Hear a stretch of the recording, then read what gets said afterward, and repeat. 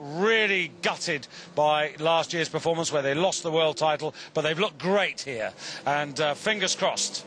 Li Qin and Tian Liang, well, the New Zealanders are going to have to deal with them because they were the quickest, 6:50.77 in the semis, and that's a decent time and a decent performance.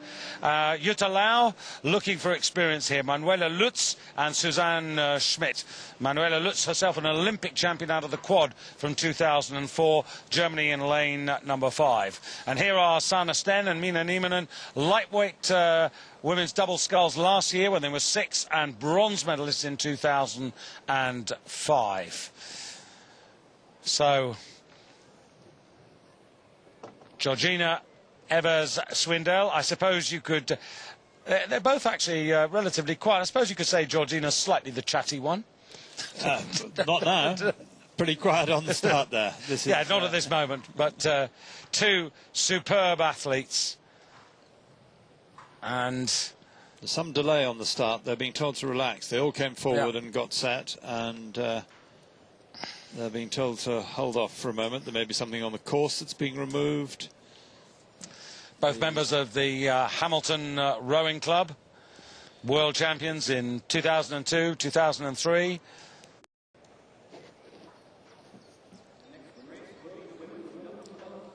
They go in 30 seconds, so it was just a question of waiting for the clock to tick down.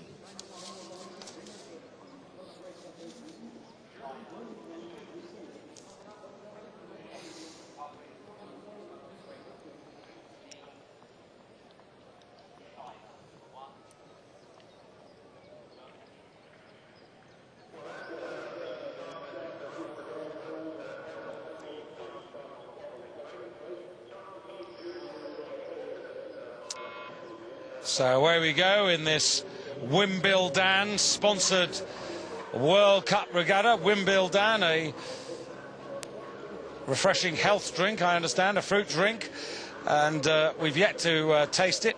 Hails from Russia. But the energy at the moment is being produced by Li Qin and Tian Liang. And what a start, Hugh. Very good start. What was interesting is how well the lightweights got off too. Lightweights lack the explosive strength, the muscle cross-section that open weights have. And the Finnish double, Sanna Sten and Mina Nieminen, absolutely shot off there very cleanly and slickly, but overpowered already by this double of Li Qin and Tian Liang. And look, the beautiful synchronicity, absolutely together, leaning on it, the same characteristic we saw in the Coxless pair earlier, now being exemplified in this women's double. And this partnership, which won in Linz, also doubled up in the quad in Austria as well. So no shirking and lacking effort here, and that is a very significant advantage they pulled out in the first quarter. So now Georgina and Caroline really know that they are going to be tested. They certainly are, and they're working away at it. They've got a lovely lift with the back. It's the distinctive part of their stroke is not so much the leg drive as the lift with the erector spinae, the muscles that run down either side of the spine at the base of your back, and they really lift off the stretcher there and draw that boat past. But they've got a lot of work to do to keep up with these Chinese. They have held on, and that's drawn them out from the rest of the field, which looks comparatively trailing in their wake. Yes, Manuela Lutz and Susanne Schmidt for Germany just about in 3rd place, and all sorts of experimentation going on with the German double sculls and the quad as well. The quad, of course, for such a long time, the #1 women's boat, and we'll be seeing that a little later, the women's quadruple sculls. Very quiet, this Chinese boat. It looks quiet, and you don't hear any clunking or clicking from it. They've got international sound. They've got not a microphone on board, but a microphone listening at that boat, and it's extraordinarily quiet and untroubled, untrammeled about the thing. We've got Li Qin in the bow seat and Tian Liang in the stroke seat, but you can't tell them apart. Look at the synchronicity of that. That is absolutely spot on. There was a call then, which of course none of us understood, but you didn't see anything change. They probably just stiffened a little bit the legs or something just to give it a little bit more zip, bit more zap, and there is 2 lengths of open water behind New Zealand, who are gamely hanging on to this China crew in lane 4. Well, this is China really deciding to ask questions of the former world champions and the reigning Olympic champions. We shouldn't forget that this duo are absolutely superb. The first major hiccup in their career coming last season in the World Championships, and this is when you find out what champions are made of. And maybe, Hugh, it's not all going to be about today, because John Howard, when he was with us earlier, he was making the point, you know, this is a road to Munich and the World Championships. It's meticulously planned.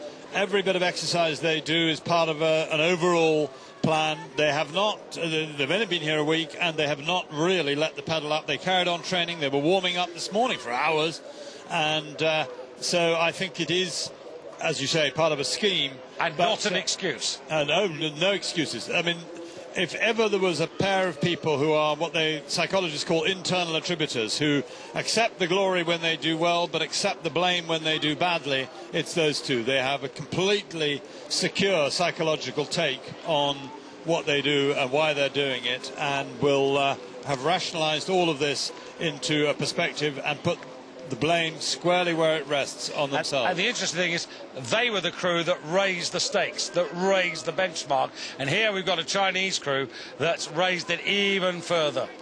And that's a lot of water. The Chinese now have a length of open water on these two, and then there's 2 lengths back to the rest of the field. We've been talking about how close these fields have been in all these earlier races. There was 11 seconds from first to last at 1,000 metres. At halfway there was 11 seconds, and it will be much wider by the finish as this Chinese crew relentlessly carries on. Here we have Jitka Antasova on the right and Gabriela Varikova on the left of the Czech double scull. Jitka Antasova was in the single in Linz, but they've got back into the double, and they look like they're sculling quite nicely and look like they should be going quite fast. Yeah, I mean, they're way out of it. Yeah, but they're also, you know, barely, well, they're teenagers. They're still under 23s, kids. And you know, kids. But this is a big margin. This is a huge margin that the Chinese have opened up here. 3.5 seconds, 3.54 seconds, 1,500 meters, 7 seconds back to Germany, one in third place. Oh, sorry, Czech Republic in third place,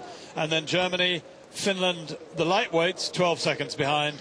And the China 2 crew, which is not this one, this is the China 1 crew, absolutely relentless in front. I think it's very interesting, actually. We saw the Czechs for a moment. I mean, when you consider that they're getting the better of the argument over Manuela Lutz and Susanne Schmidt, who are two very experienced scullers, that shows, you know, the degree to which they're improving. Obviously, they're not ready to deal with this sort of effort, but this is absolute wonderful. I mean, is it fair to say textbook? To my eyes, at this point, absolutely. There's a disparity in the right sculls that every now and again shows up as the angles are different, but I'm not sure that that's in the boat. I think it may be to do with the camera angles much more than the boat. And New Zealand still really driving on, looking a little bit ragged by their standards, because what do? You know, they've got 2 lengths of open water to make up. This is an outrage against the world champions. Czechs looking very sharp there. Yeah, I admire that Czech crew. They've come back into it.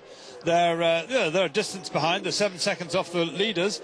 But as they come into view from the commentary position with another 100 meters to go, China by 2 lengths of open water in impeccable order. Yeah, this is Li Qin and Tian Liang, first in Linz and very much first here in the Bosbaan, or at the Bosbaan in Amsterdam. And Georgina and Caroline Evers-Swindale, the twins, across in second place. They're ahead of the Czechs. Very good last 500 for them. Manuela Lutz and Susanne Schmidt crossing, and then the Finns, Sanna Sten and Minna Nieminen in fifth. And last across the line, the second Chinese partnership of Zhu Ria and Zhang Yang, who finish in 6th place.